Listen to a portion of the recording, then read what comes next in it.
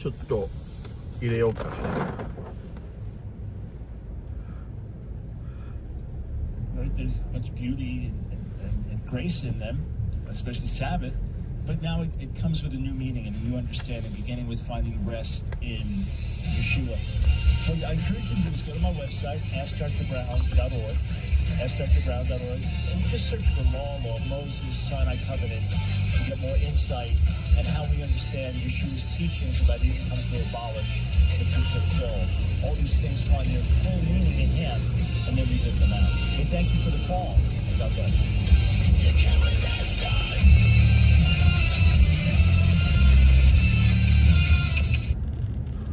We live in a day when America's families are under attack like never before.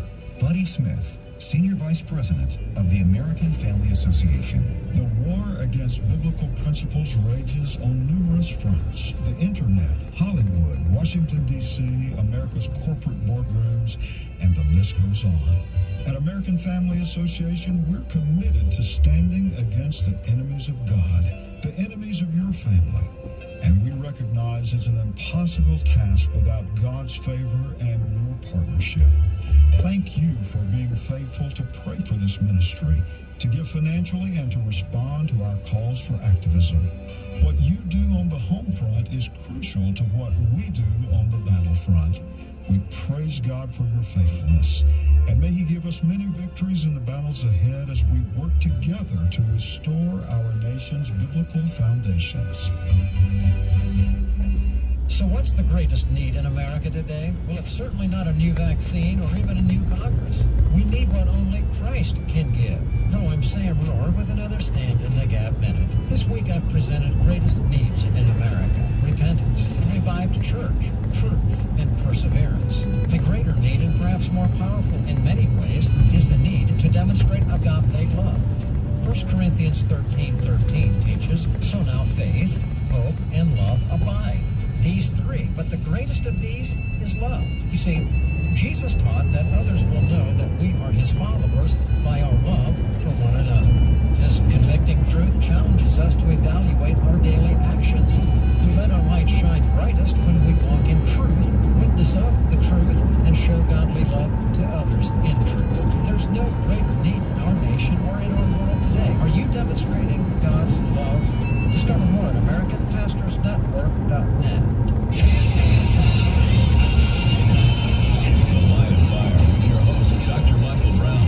Get on The Line of Fire by calling 866-34-TRUTH. Here again is Dr. Michael Brown.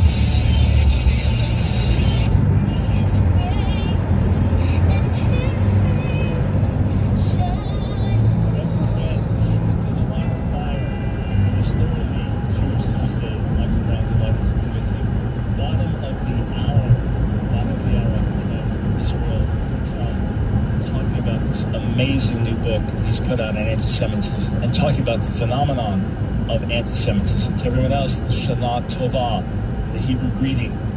May you be written down for a new year, for a good year. Again, as over the centuries, the Feast of Trumpets morphed into the Rosh Hashanah, the beginning of the year, and so Jews around the world celebrate this special time, not with partying, but with sobriety, with introspection, and a consciousness of that we all stand before God. Talking to some of the students in my spiritual leadership class here at the Spiritual Leadership School at Mercy Culture, about working out and about Trivita, our co-sponsor. So just want to mention this to everybody listening. If you struggle with arthritis or other inflammation conditions that you're aware of, you want to find out more about No Pelea. So rather than being on drugs and things like this, something that you might find really helpful, if you'd like to find out more, call 800-771-5584. If you're calling in the night or on the weekend, you'll get a call back. 800-771-5584. If you'd like to look into this online, it's Trivita.com. Trivita.com. And you want to use the code BROWN25 to get you a 25% discount, and for 100% of your first order to be donated to the Line of Fire. Everyone enjoying the products, wonderful. your ongoing orders, more than a tithe goes to support us getting on new stations. So thank you for standing with us. All right, let us go over to Cincinnati, Ohio. Mark, welcome to the Line of Fire. Hey, thanks, Dr. Brown. I wanted to throw a quick question at you. I've had something that's been really perplexing to me in the faith. I've recently returned to the faith. I have really bad OCD, and sometimes when my mind will hit on something, it's like, I got to find the answer, and I can't find the answer. Somebody had called in to you before about it, Ezekiel's temple. You had mentioned Averbeck, Hebrews 9 and 10, that it's for outward cleansing and point back to Christ. So I was reading all that, and there were just a few observations that I was going to throw at you. I know you have a good memory, so I was just going to mention a couple. So at one point in Hebrews 10, it says, where there is forgiveness, no more sacrifices needed. So I wondered about that. It says the ceremonial system existed in the Old Testament in Hebrews 9, but it doesn't mention the end times. I'm wondering, where is Christ in this whole thing?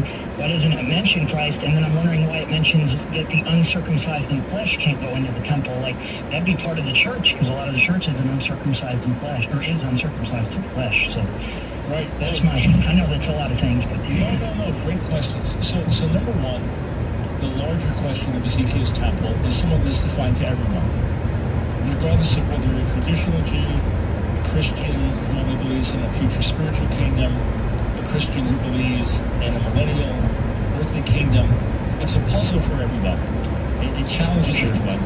If you're a traditional Jew, the problem is the dimensions are not the dimensions of the Mosaic temple, and they're actually variations in some of the customs of the Mosaic temple / tabernacle. So that's a problem for traditional Judaism. If you are one who believes in a millennial kingdom, it's a problem because why are there sacrifices at all, right? As you say. yeah. And if you just believe it's a spiritual future kingdom or something, then why such a detailed description? So it's a question for everybody. Dr. Averbeck would say regarding Hebrews 10 that the sacrifices, for example, Day of Atonement, or this is how I would answer. I don't want to say he would answer like this. Day of Atonement, which was specifically about atonement and reconciliation. Well, you're not going to need that anymore. It doesn't mean you're not going to need ritual washing or things like that, or sacrifices that just had to do with ritual cleansing. Well, maybe not, because those serve a different function. But the whole thing was, right, so you have the once and for all forgiveness at the cross, and Hebrews is even saying that's the only place it ever came from. As to why the Messiah is not mentioned, it could be similar to Isaiah 2, which is that all the nations stream into Jerusalem to worship the God of Israel. Everyone recognizes that's a messianic prophecy. Traditional Jews, traditional Christians recognize that as a messianic prophecy, but it doesn't mention Messiah. So he doesn't always have to be mentioned. On the flip side, though, it's certainly possible that it is just meant as a future vision of God's kingdom coming and God's people being blessed and those who are not part of his kingdom being excluded, and it's never going to be literally fulfilled. That it was a spiritual vision that God gave Ezekiel as to what was to happen with the return from the Babylonian exile as the people turned to God in obedience. That never happened. It remains a future vision given in priestly terms, because that's who he was. He was a priest. And that's how those who would argue who don't believe in a millennial temple. So to me, I don't. For many, many years, Mark, I really struggled as a Jewish believer because the rabbis would challenge me with this. The more I looked at it, I thought it's problematic for everyone. Let me drink in the spiritual meaning of it. Let me take in the spiritual realities. Just like when I read the book of Revelation, I don't try to figure out every detail, but I do absolutely drink in the spiritual power and truths of it. And live with sobriety because of it. So that's how. These are question marks we may not have full answers for on this side of things. And as they unfold, they'll make sense. Hey, thank you for the call, and nothing OCD about it. All right, let's go to Amy in Chicago. Welcome to the Line of Fire. Thank you, Dr. Brown. I wonder if you could tell more about Sukkot, or tabernacles, and what you have come to see it to mean. Yes. Now that you've become a believer in Messiah. So I did not grow up in a religious home, so we didn't celebrate Sukkot in a prominent way. We went to the high holy day services and things, but we didn't put up a sukkah. I didn't grow up with that. If I did, if it was part of my life, I'd probably still do it and enjoy it. And remember, we're just passing through this world, some of the lessons, etc. But the biggest significance it has to me in an ongoing way as a believer is that it speaks of the final ingathering of the nations.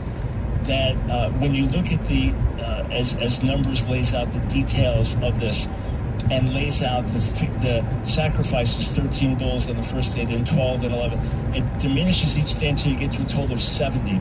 And 70 was the ancient concept in the Bible of the nations of the world, the 70 nations. The rabbis would talk about the 70 nations.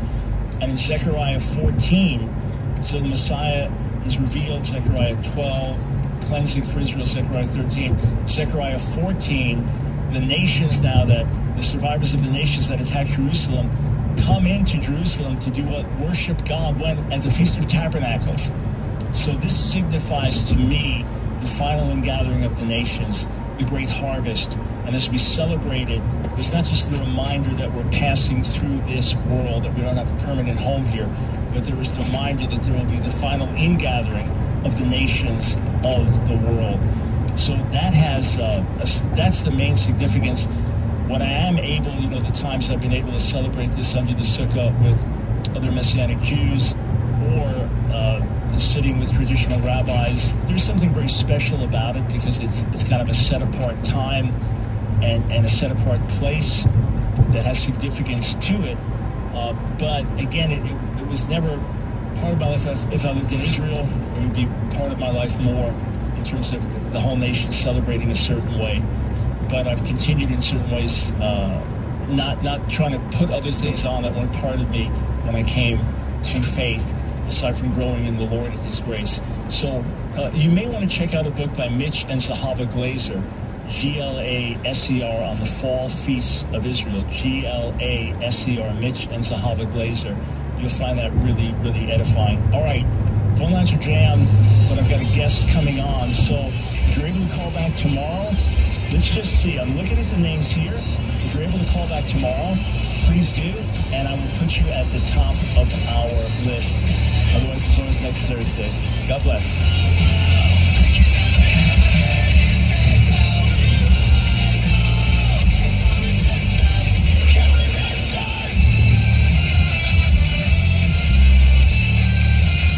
Walker Wildman with AFR, and we're sending Bibles. Here's Michael with Bible League International. Walker, in the Middle East, a 19-year-old Muslim named Ari accepted the invitation of a Christian friend to attend a Bible study. She would receive Jesus as Lord and Savior, but her radicalized father, when he found out, beat her nearly to death and called the authorities to report her as an infidel. They took her away to a remote cell where they violated her, they beat her, they tortured her, even pulled fingernails out of both hands. They let her go, but she did not grow bitter. She grew bold, and with others in her evangelical church there in Egypt, have led 300 people to Christ. Many of these former Muslims, some radicalized, and they're praying for Bibles. Listen, every gift made today will be doubled, and our prayer is that you won't merely say that's an interesting story, but you'll get involved. $5 sends one Bible. Yes, that's $5 for one Bible. $100 sends 20, and $500 sends 100 Bibles. Give generously at 800-YES-WORD, 800-YES-WORD, or visit sendbiblesnow.org. Sendbiblesnow.org. One Friday afternoon, a teenager was leaving for a weekend church retreat at the beach. He asked his dad, "Do you think I could have a little spending money to take with me?" "Sure," the father replied. "How little do you think you'll need?" What if we ask God a similar question? "God, do you think you could give us a little help in living?" "Sure," God would reply. "How little help do you think you'll need?" The Bible says God does just the opposite. He gave us His Son and continually gives us more than we can ever think to ask for. This is David Jeremiah, encouraging you to get on the road to new life. Discover God's generosity on Route 66. Route 66, driving the word home. Log on to Route66Life.com and get your roadmap for life. That's Route66Life.com. Route 66. Start your journey home today. Here's Rob West of Faith and Finance, heard here daily on American Family Radio. We understand how important it is for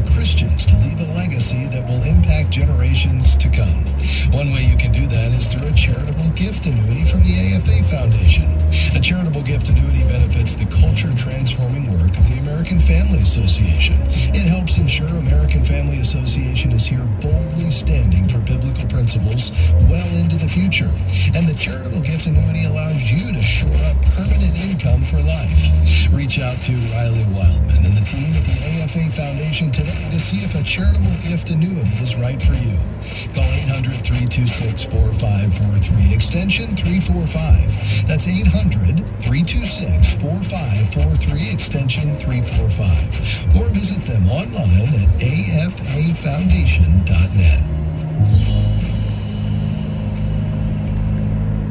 Thank you for listening to this Encore presentation on American Family Radio. And by Encore, we mean previously aired, which means it's not really live, which means no new phone calls, which means thank you again for listening to this Encore presentation on AFR.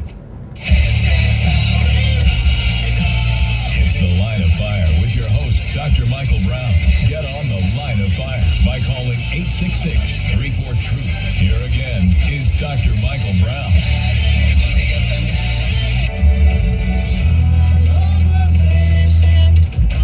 Welcome to The Line of Fire on Thoroughly Jewish Thursday as we get into the high holiday season, holy day season on the Jewish calendar, beginning with Yom Teruah, the day of the sounding of the trumpet, the blowing of the shofar, and the traditional Jewish New Year, Rosh Hashanah.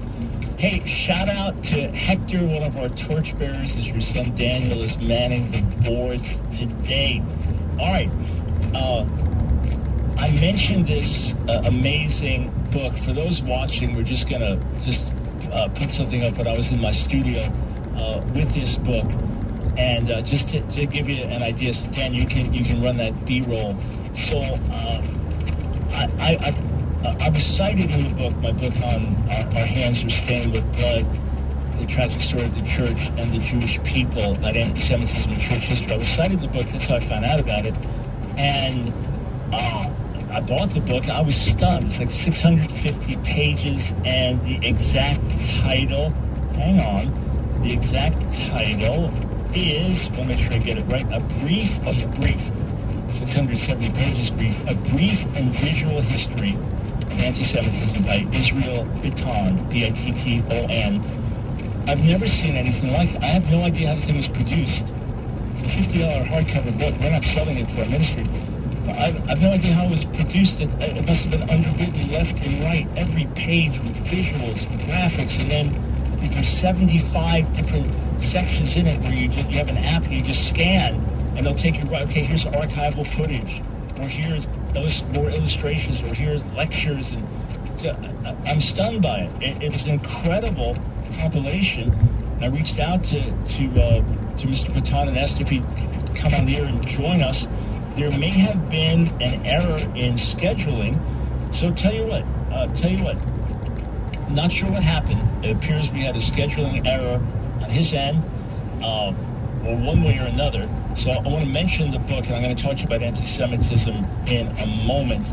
If he is tied up on another call and getting back to us now, we'll bring him on immediately. But Isaac, stay where you are. I may have time to take some calls after all, so we dropped everybody, but I may have time to take some calls after all. We shall see. But let me just comment on the uniqueness of anti-Semitism, the uniqueness of Jew hatred, and what sets it apart from other hatreds. Now, please hear me. Different people have suffered through history terribly. Different groups. There have been genocides. There have been atrocities. There has been enslavement. There have been horrible things suffered by different groups of people over the centuries that are terrible, that are horrific, that are barbaric, that are unjustifiable, that show the very, very worst of Jewish nature. The very, very worst of human nature. The reality is, Jew hatred of the Jewish people is unique. It has been pointed out that it is the world's longest hatred. In other words, to single out a particular group and for them to be singled out as a people and hated as such through history is unprecedented. And you can go back to in the Bible, the book of Esther, the hatred of Jews, but even outside of the Bible. About 2,300 years ago in the Greco-Roman world, the Jews were hated because they were different. And it's not just the longest hatred, but it's the most widespread hatred. If you think of it, radical Islam hates the Jews, and much of Islam through history has hated the Jews. There's been anti-Semitism in church history. Some of the most vile things ever written have been written by Christian leaders against Jewish people. And then you go through, there's atheistic hatred of Jews. You think, why is anti-Semitism so incredibly pervasive? Well, we do have on the line with us Israel Bitan. Israel, thanks so much for joining us today on The Line of Fire. Thank you so much, Dr. Brown, for having me. It's a pleasure to be here and to be talking about this important topic with you and your audience. All right, so you are a leader of an organization, Americans Against Anti-Semitism, and you put together this book. Before you came on, I was just singing the praises of the book. Honestly, I've never seen anything like it. I mean, I can't imagine the amount of research went into it, but this must have been heavily underwritten to be able to publish this book. I mean, I know it goes into putting out a book. So, it has this introduction by the president of Israel, the endorsements behind it. So how did you get this collaborative effort even to happen? Sure. So really this project was born of the creation of this grassroots startup organization itself, Americans Against Anti-Semitism, which was created in 2019 in response to what we, the people I work with right away identified as a very serious spike for a lot of different factors that obviously go into creating such things, but we noticed the spike.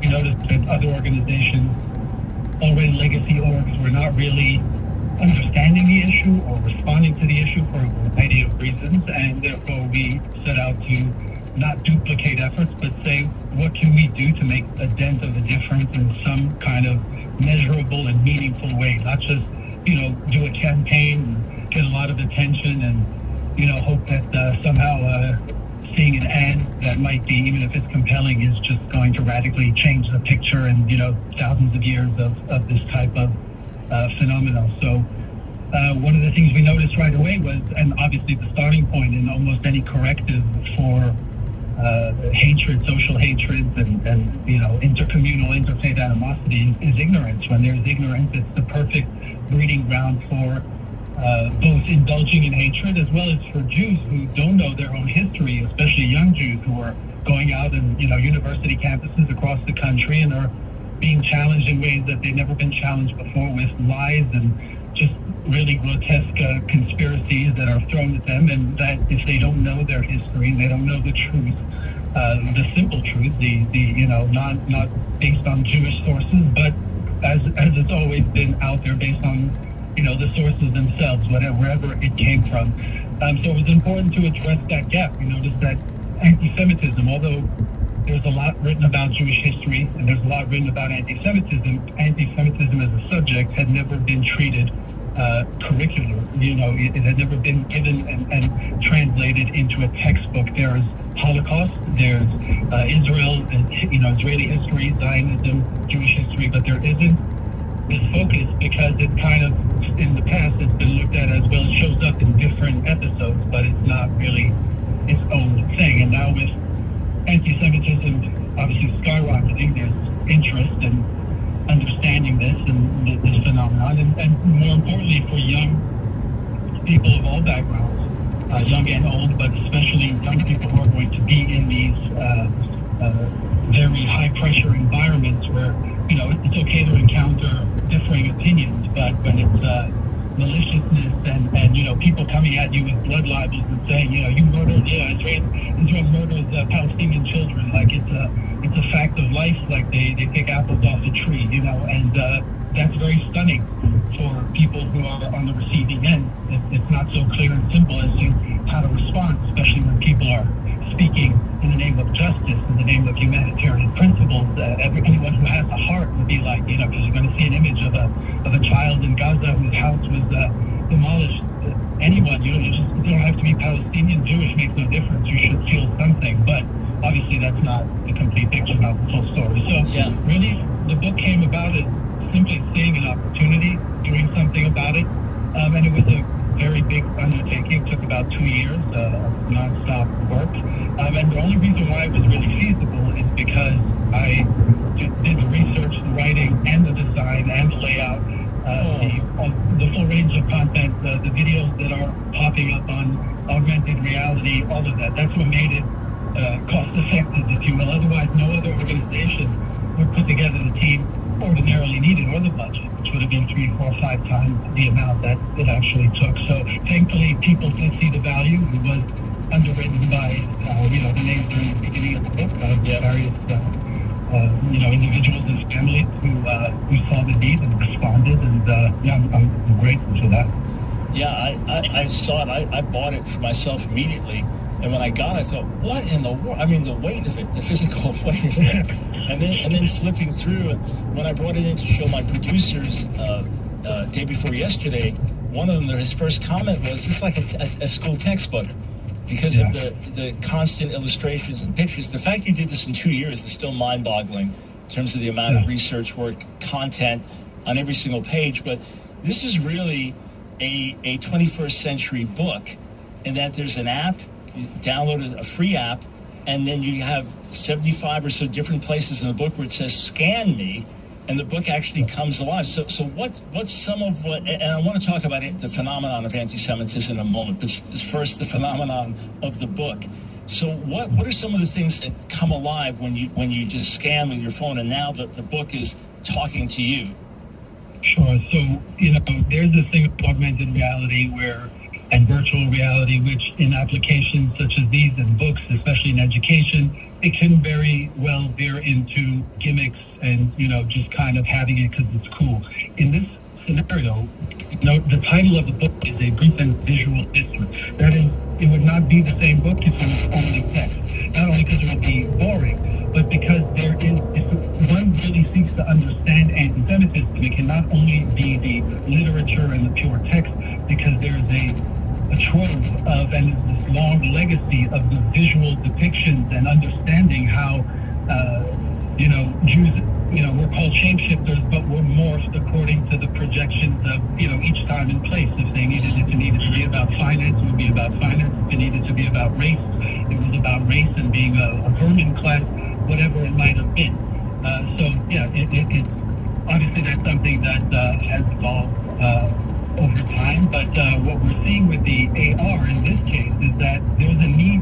Also, the other side is that some of these propositions that anti-Semites have made over the generations, especially where there's video evidence in the last 100 years, is mind-boggling and in some cases like almost unbelievable. So there's an aspect of see it for yourself, hear it for yourself, have your mind boggled. Like, for example, when I first discovered it, it still boggles my mind that Hitler actually got up. Hang on right there, sir. We'll come back on the other side of the break and hear more, get into this very illustration. And so don't forget, Shana Tova, Israel. Thank you very much.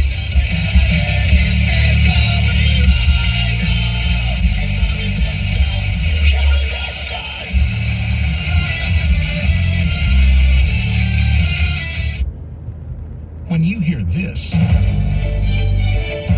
is American Family News. You know what follows is the truth. Your news from a Christian perspective. Hundreds of teachers are going to have to walk into that school building, and they're forced to follow political ideology that in many cases violates their very faith and conscience. If you miss it at the top of the hour, American Family News podcasts are available at afn.net. And sign up for our daily news brief at afn.net. If you are 65 or older, you know this. Watching your hard-earned dollars fly out the window on healthcare costs is so frustrating. But here's something that can really help, and it's worth taking a minute to look into. MediShare 65 Plus. MediShare is a community of Christians who share each other's healthcare bills, and it really is a community too. People encourage and pray for each other. MediShare 65 Plus is a low-cost option for people with Medicare Parts A and B, and it fills in the gaps where Medicare stops. It's a great way to fight inflation too. You can lock in one low monthly price for up to 10 years. Plus, it's easy. You can use any Medicare-approved doctor and get 24/7 telehealth from the comfort of your home. And here's the thing. If you join before October 30th, you'll get your second month free and save even more. I'll give you the number here in a second, but just tell them the promo code SHARE to get your additional savings. The deadline again is October 30th, so now is a great time to call 833-45-BIBLE. That's 833-45-BIBLE. 833-45-BIBLE. The Line of Fire with your host, Dr. Michael Brown. Get on the Line of Fire by calling 866-34-TRUTH. Here again is Dr. Michael Brown.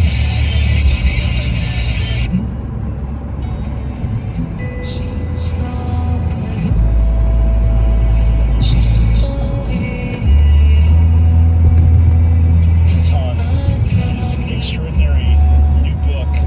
I can't urge you strongly enough to get it. We're not selling these. I've got no connection to the publisher. I'm just saying this as someone that's combated anti-Semitism for many, many years. It's a must. And for the whole family, different ages, you dig into this. Scholars want to research, just find tons of stuff in one place. And then again, the visual elements. It really is an extraordinary book. A brief and visual history of anti-Semitism. It's worth 5 or 10 times what you pay for it because of the production values there, and then everything that will come alive in the book for you. And Israel, as you know, I've mentioned it to you early on in my own faith journey. The local rabbi gave me a book on anti-Semitism in church history, and as I've talked to professors at seminaries over the years, church historians, and I said, when do you teach on this in your classes? When do you talk about the sermons of Chrysostom and God Hates the Jews, or when do you talk about Luther's anti-Semitic writings? And they've looked at me shamefully and said, we don't. And it reminds me of what Edward Flannery said, the Catholic scholar, that the pages of history Jews have memorized, Christians have torn out of their history books. So we can never be reminded too much. But right before the break, you were giving one of the illustrations, which is impossible to believe this without seeing it, about Hitler. So please, back to you. Thank you. Well, first of all, thank you for that, vote of confidence and support in, the book and what you saw. And it's greatly appreciated. I don't either stand to gain from it, despite what I put. I did it because I believed in it, and, it'll get as far as it gets, and, hopefully it makes that impact. In terms of what I was saying earlier, I'll just finish on that very quickly. It's just, the visual and the aspect is really to illustrate the full scale, the full dimension of this issue, because to discount the visual element, to discount the fact that the most outlandish things have been said. It's also important, and there's a reason why, it's a history. The point is for people to understand that there is absolutely nothing in the anti-Semites and anti-Semitism canon that has not already been said by whoever, originated it 2,500 years ago, about money, about gold, about, disease, about taking over, plotting, whatever it might be. There's no originality. So, for me personally, having experienced anti-Semitism growing up and, kind of hits you out of left field, that was very important to help me understand that, in a sense, don't take it personally. It's got nothing to do with me. I didn't do anything.